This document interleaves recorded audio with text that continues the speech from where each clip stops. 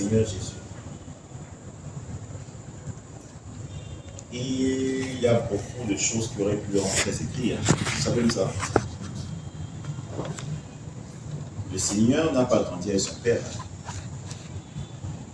On est d'accord? J'ai l'impression que ce que le père, ça ne le concerne pas. Vous ne voulez pas qu'on vous dise la vérité? Vous voulez que commence à faire le bara et vous dites que vous êtes des prophétesses et des prophètes? C'est ça que vous voulez? Et si vous voulez ça, on commence à chanter en langue. Shabarabarabara. Vous dites chanter, répétez après moi. On répète. Il faut aimer ce qui va vous délivrer. Je suis en train de vous dire la vérité. C'est une école d'enseignement. Nous ne sommes pas les descendants de Simon le magicien. Nous ne sommes pas là pour faire le spectacle. C'est tout ici qui va nous éclairer. J'ai toujours eu à dire, et je le crois fondamentalement, tous les êtres humains, autant qu'ils sont tous blessés. Mais la façon dont dont certaines personnes abordent la spiritualité leur permet de prendre un peu plus de hauteur rapidement que l'autre. Donc on dit le créateur de l'univers. Vous savez même dire qu'en réalité, même s'il fallait sauver la Terre, là, on pouvait dire qu'il vient de sa planète seul. C'est-à-dire, vous voyez comme la Lune là, lui, elle est satellite comme ça, il peut quand même quitter là de temps en temps pour venir un peu et rentrer encore sur sa base. On est d'accord? Tout ça, c'est pour lui. Et si vous croyez que je suis en train de faire dans l'hyperbole, mais vous n'avez qu'à lire les textes de l'apôtre Paul. Il dit les trônes, les principautés, les dignités, les autorités ont été créées par lui et pour lui.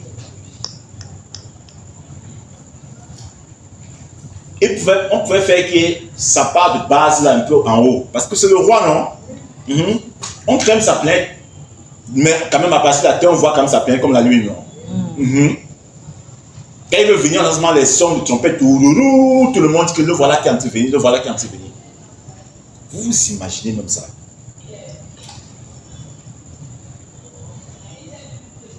La Terre contient quoi comme matière précieuse? Quand on te dit que Jupiter c'est près de 100 fois la Terre, tu peux imaginer en termes de matériaux, les trucs qu'il y a là-bas à l'intérieur. La Terre c'est quoi? Voilà c'est-à-dire Salomon descendait d'Adam. Lui ne descend même pas là-haut d'Adam. Mais il vient, on dit que non mon ami, c'est dans les tables. Son père physiquement dit que tu dois seulement continuer. Vous imaginez Jésus, charpentier. C'est comment? Ma commande là n'est pas encore prête. Il faut faire vite. Moi, j'ai payé pour ça, non? Je dis, monsieur, ne bougez pas. Ça va être prêt d'ici quelques jours. N'est-ce pas? D'accord.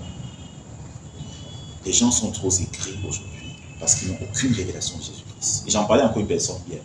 Beaucoup de chrétiens ne connaissent même pas qui est Jésus-Christ. Ils n'ont aucune révélation de lui. Ça, vous pouvez voir les gens, dès qu'ils se fâchent un peu, ils fuient l'assemblée, ils font comme si... Mais on n'a rien à foutre de ça. Si les gens veulent qu'on puisse leur montrer le chemin, on leur montre. S'ils ne veulent pas qu'on leur montre, s'ils ne veulent pas, on leur montre même plutôt le bon chemin encore de l'égarement. C'est comme ça.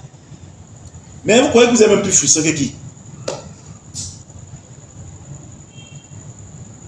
Toi, on te dit tout de suite là, tu dis, oui, mon père là, il n'a même pas tout l'argent. Mon père là, si tu envoies dans une école des gens, des misérables, tu vas commencer à bouder. Mais mon père a l'argent, on m'envoie faire des trucs dans ce genre d'école. Je mens.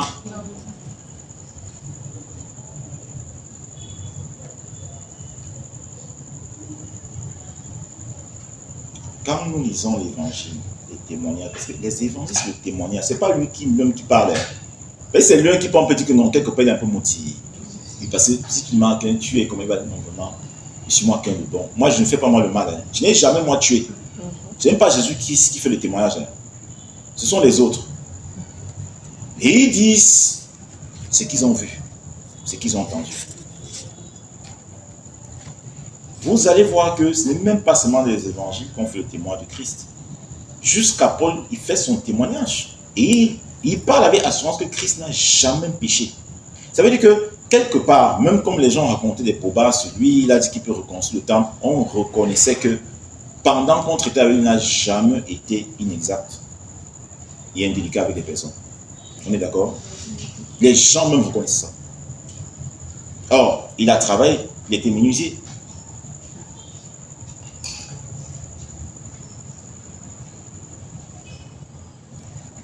Tu as déjà vu les menuisiers là, n'est-ce pas, pendant qu'ils sont en train de raboter, tu as parfois pitié d'eux. Monsieur Georges, vous dormez? Je crois qu'il y a les musées à côté de votre maison, n'est-ce pas? Quand il rapporte là, il y a la poussière, n'est-ce pas? Tu le vois, puis les tours, n'est-ce pas? Donc, Jésus était dans le menuisier.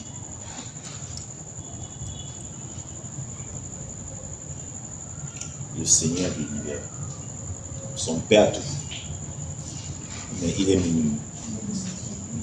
Il travaille, on lui passe les commandes et il doit livrer. On le gronde même.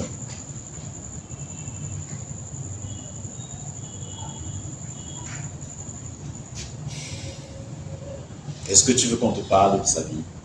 Tu veux en savoir plus sur lui? Oui. Peut-être tu ne veux même pas. Je veux en savoir.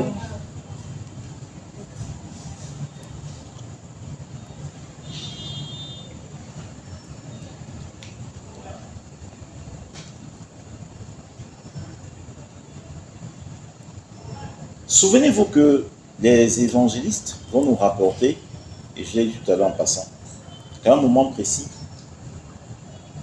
il est descendu en Égypte, n'est-ce pas?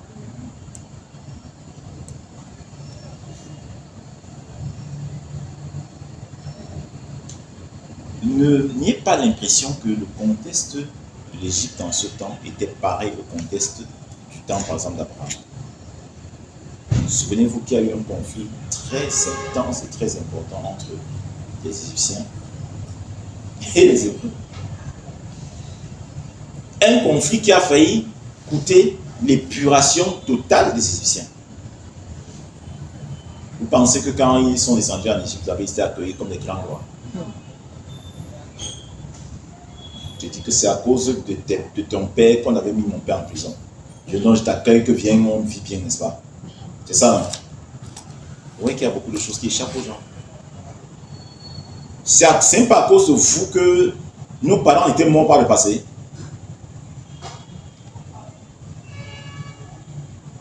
Nous sommes dans un contexte. Regardez seulement avec les guerres de maquis.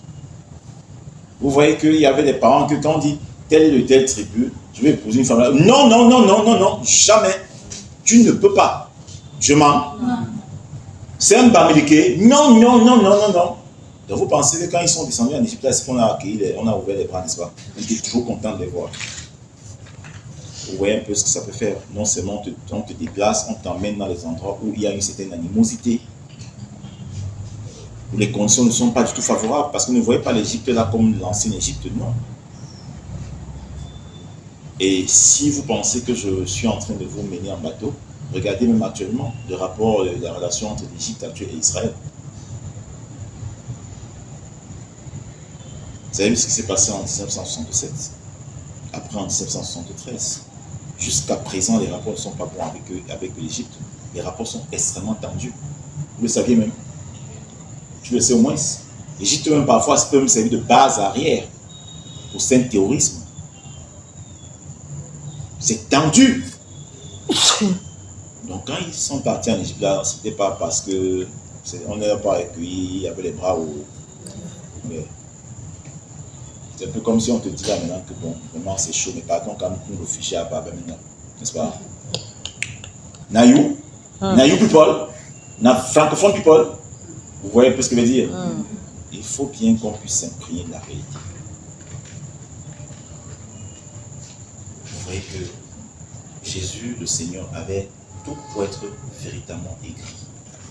Il se dit, mais attends, qu'est-ce que j'ai fait pour mériter ça? Après tout, je suis quand même le Fils du Dieu vivant. Oui, je reconnais que, voilà, je suis venu aider les humains et tout, mais quand même, je dois garder ma posture royale. On est d'accord, non?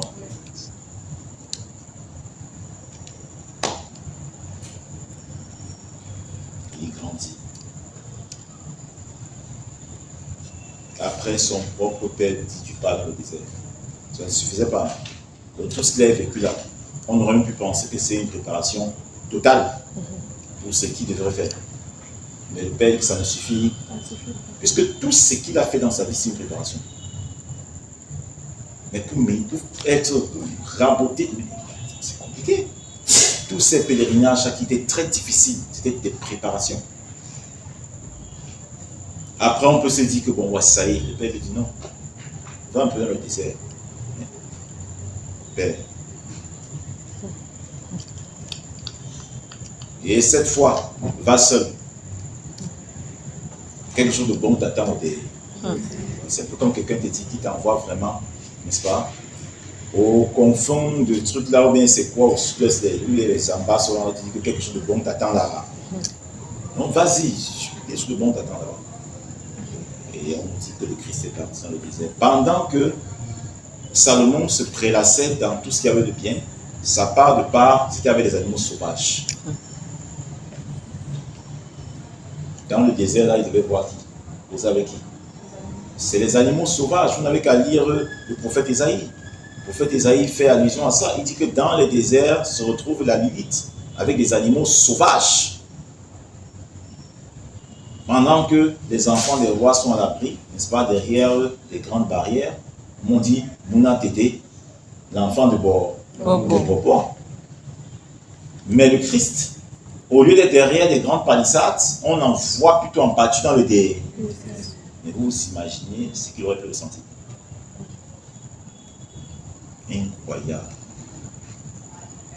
Mais il connaissait l'histoire de ses antécédents, hein? Des prédécesseurs. Il connaissait toutes ces histoires antécédentes. Il connaissait l'histoire de David, il connaissait l'histoire de Salomon, il connaissait tout ça. Mais on voit bien que David et Salomon, ils ont reformé leur peu, mais en restant toujours quand même dans une certaine posture.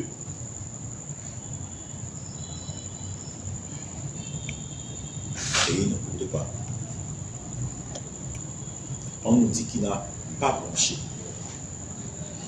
Et j'ai l'assurance de ce discours, d'autant plus que l'apôtre Paul,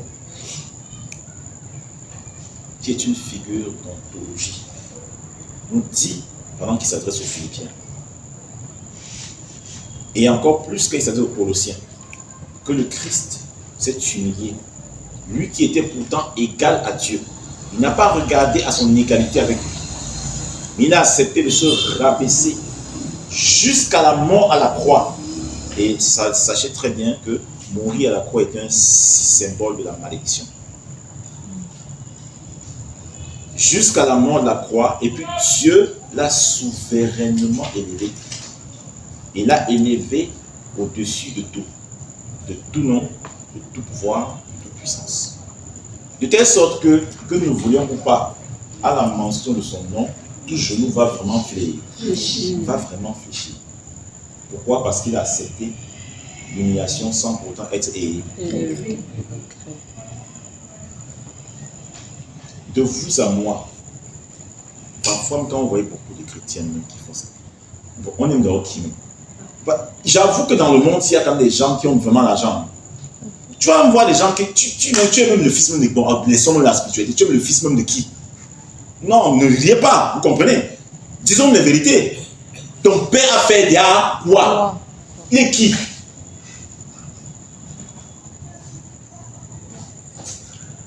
Et il faut à un moment donné, vraiment, que chacun de nous parfois puisse accepter de voir la réalité. C'est pour ça que je pouvais dire à une personne un jour qu'il faut faire attention. La classe bourgeoise, là, est très peu. Hein. Il y a des statistiques que j'ai eu qui avaient été dévoilées il y a près de. J'ai eu accès beaucoup qui étaient connectés. C'était un passant des médias. Mais ils ont montré qu'en fait, la richesse du monde entier est détenue par peut-être trop 5% de personnes.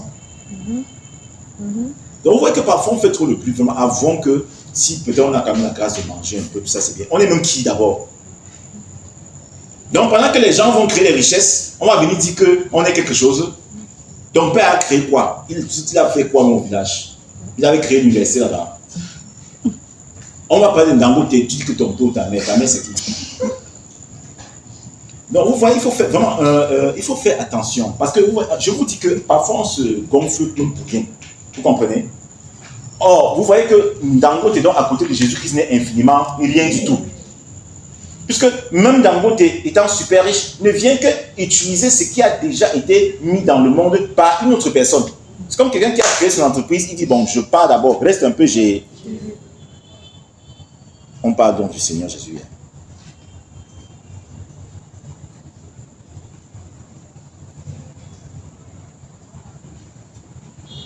Mais quand le prophète a dit par le passé qu'il était malmené, qu'il était fait, c'est parce que les gens ne pouvaient pas savoir. Quand on le voit comme ça, mais tu me qui? Il sort d'où? Vous avez vu que les gens le disent. Bon, nous, on a été avec lui, on le connaît, au moins, Ils sont même, il est là-bas, c'est son père était tel. Ils ignoraient qu'en fait, au-delà de cette apparence, il y avait quelque chose de trop puissant. Pourquoi qu'on le méprisait comme ça? Pourquoi? Parce que son père n'était rien. Sa famille n'était rien. Il ne faisait pas partie des castes des bourgeois. Je vous le dis. Faites beaucoup de recherches. Hein. Mais Edwin, tu dors. Oh là là. Il ne faisait pas partie de la caste bourgeoise. Oui, les gens le méprisaient, mais lui, on le connaît. Lui, on le connaît, c'est qui? Mais ce n'est pas le fils de tel. On n'a pas lu ça dans les évangiles. Mais disons, c'est pas. Mais c'est le frère de l'autre, non? L'autre, c'est le frère de tel là, non? Qui est souvent là-bas dehors, qui vend un peu les trucs là. Oui. C'est le frère de Joseph, non? Joseph, non, voilà, c'est lui qui porte les trucs là et tout.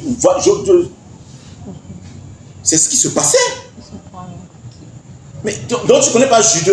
Mais Jude, non, ah, ouais, c'est. Ah, mais regarde, lui aussi, comment. Ouais, qu'est-ce qui se passe? Il est souvent. Ah, peut-être c'est comme la misère fait des choses. Hein. La misère a fait des choses. Je vous dis ce qui se passe. Je suis en train de vous dire la vérité.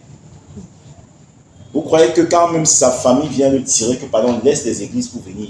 Vous dites que c'est pas passé, voir que tu vas devenir riche. On est vraiment travaux seulement. Ne saute pas les étapes. Viens.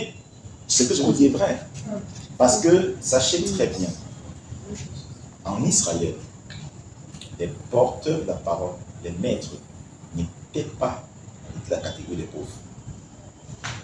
Faites des recherches. Vous doutez? Non.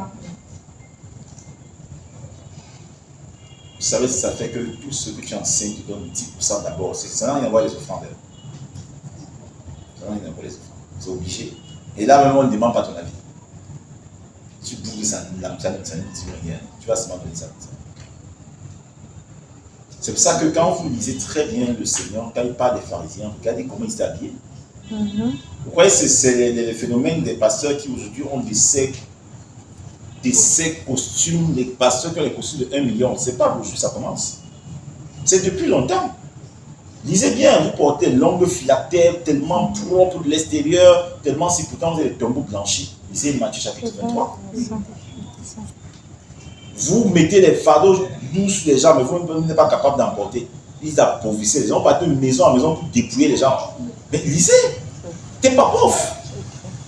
Et un moment dit, mais Jésus, justement, c'est la pauvreté qui fait ça. Vous voyez qu'on est venu le chercher à plusieurs reprises. Pas une seule fois. Pas une seule fois. Mais Jésus, qu'est-ce qu'il y a? C'est quoi? Reviens, on se bat, comment on s'est toujours battu? Qu'est-ce que les gens disent souvent qui connaîtront la vérité? Je ne sais pas si ça veut ce que la vérité représente. Aïe, aïe, aïe. Donc, vous voyez que le parcours du Seigneur a été émaillé de beaucoup d'événements qui auraient pu lui pousser à être vraiment aigri.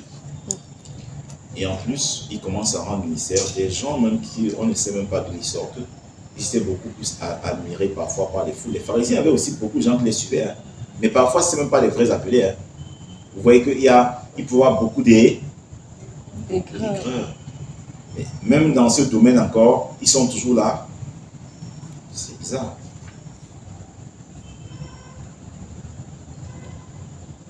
Quand vous avez donc fait le sommaire de son parcours et que vous essayez de faire un diagnostic actuel dans l'Église, pour ceux qui disent qu'ils sont donc des descendants, n'est-ce pas, de Jésus, vous allez vous rendre compte qu'il y a un problème sérieux. Parce que le fossé est incroyable. Le Christ, malgré toutes ces choses, n'a pas laissé l'aigreur remplir son cœur.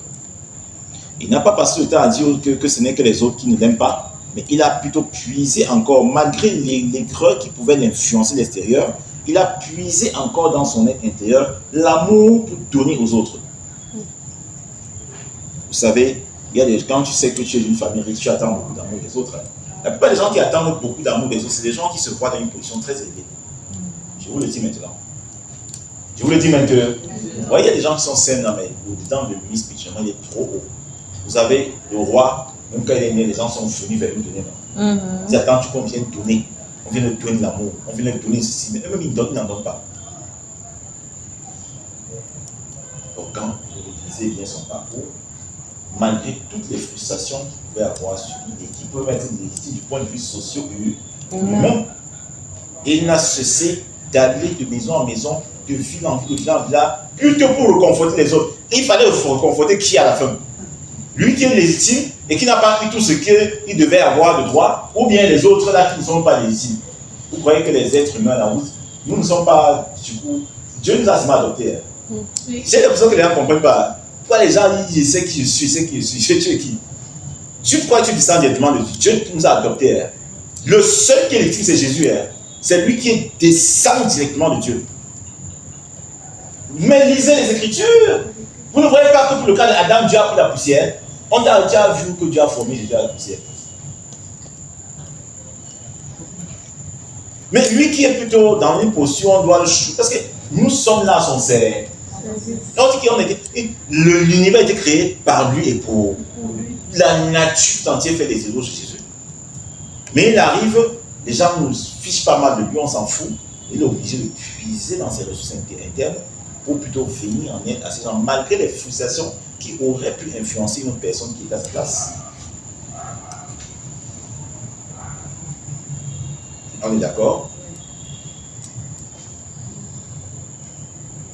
Et témoignage épatant.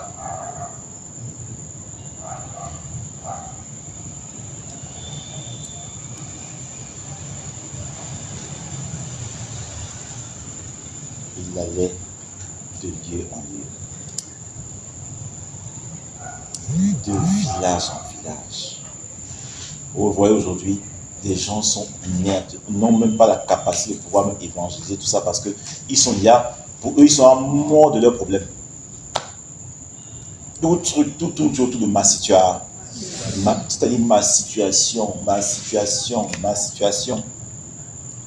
Le Christ qui est venu dans un contexte que je vous ai déjà énuméré et qui devrait même plutôt avoir des attributs, n'a pas regardé à cela. C'est même pour ça que l'apôtre Paul dit qu'il n'a pas regardé à cela.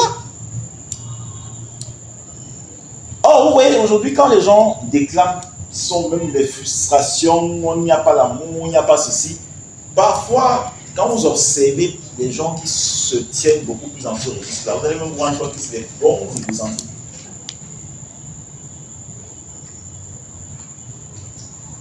Moi, je ne parle pas seulement d'ici. C'est vraiment un aperçu un peu synoptique. Des bons égocentriques. Et attention, ne confondez pas le fait de s'occuper de quelqu'un parce qu'on attend un intérêt. Ça n'a rien à voir. On a fait tellement d'enseignements là-dessus, n'est-ce pas? Quelqu'un peut vous faire des cadeaux, vous faire des soucis parce qu'il sait que plus tard il aura cet intérêt sur vous. Ce n'est pas ça dont on parle. Et on voit que le Christ a plutôt puisé en lui pour aider encore les gens, malgré ce qu'il aurait pu subir comme frustration. Et c'est pour ça que je me pose beaucoup de questions. Ça, c'est pas seulement maintenant. Depuis même que j'ai la grâce d'exercer dans les milieux chrétiens, j'ai parfois trop peur des gens qui, même s'ils ne disent pas, ont l'impression qu'ils sont souvent trop défavorisés et que les gens autour d'eux manquent trop d'amour. Ce n'est pas à dire que nous ne sommes pas parfois dans des contextes où on a un manque d'amour. Je l'ai bien dit au début. Ce n'est pas de ça que je parle. Ça arrive. Quand on est plus grand, ce sera pareil, ça nous a déformés. Mais vous savez, quand vous apprêtez, quand vous décidez de traverser pour vous enquérir des représentations judéo-chrétiennes, certes, les choses ne sont pas changées du jour au lendemain, mais vous devez comprendre qu'il y a un changement de représentation. Et celui qui dit qu'il est maintenant dans la posture judéo-chrétienne, même s'il doit travailler, mais il sait qu'il doit aussi donner beaucoup plus aux autres. Voilà pourquoi l'apôtre Paul, et vous voyez que je ne manque pas, dira qu'il y a plus de plaisir à donner qu'à recevoir. Faites un tout donc, examinons-nous et voyons si on est vraiment dans ce genre de registre-là.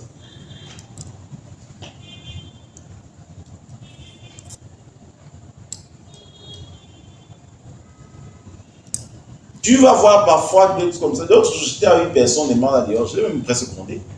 Il va me se fâcher que mais tu dois nous faire si même pour nous en. Vous avez un niveau, vous voyez quelqu'un.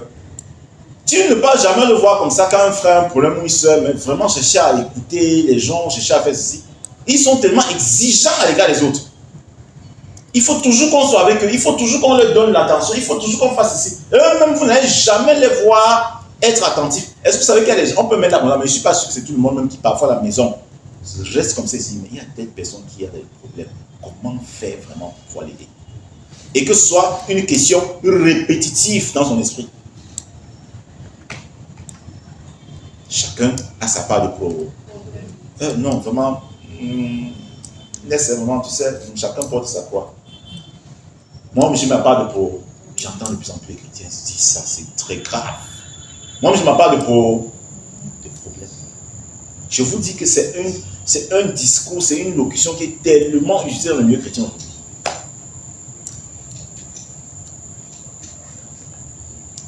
Le Seigneur n'a pas sa part de problème. On te dit que tu es Dieu, tu viens sur la terre, les gens te manquent de respect. C'est pas un problème ça. C'est pas un problème. Si, c'est pas possible. Dieu. Ah, bon, enfin, je comprends. Peut-être même que Dieu l'a même utilisé dans l'esprit de beaucoup de personnes. Il y a des gens qui croient que Dieu c'est leur ami. Il faut faire attention. Hein? Et si le fils de Dieu, c'est pas lui qui t'a enfanté, Dieu. Il a fait le souffle avec la terre. C'est pour ça que quand vous lisez, on parle bien d'adoption. Dieu,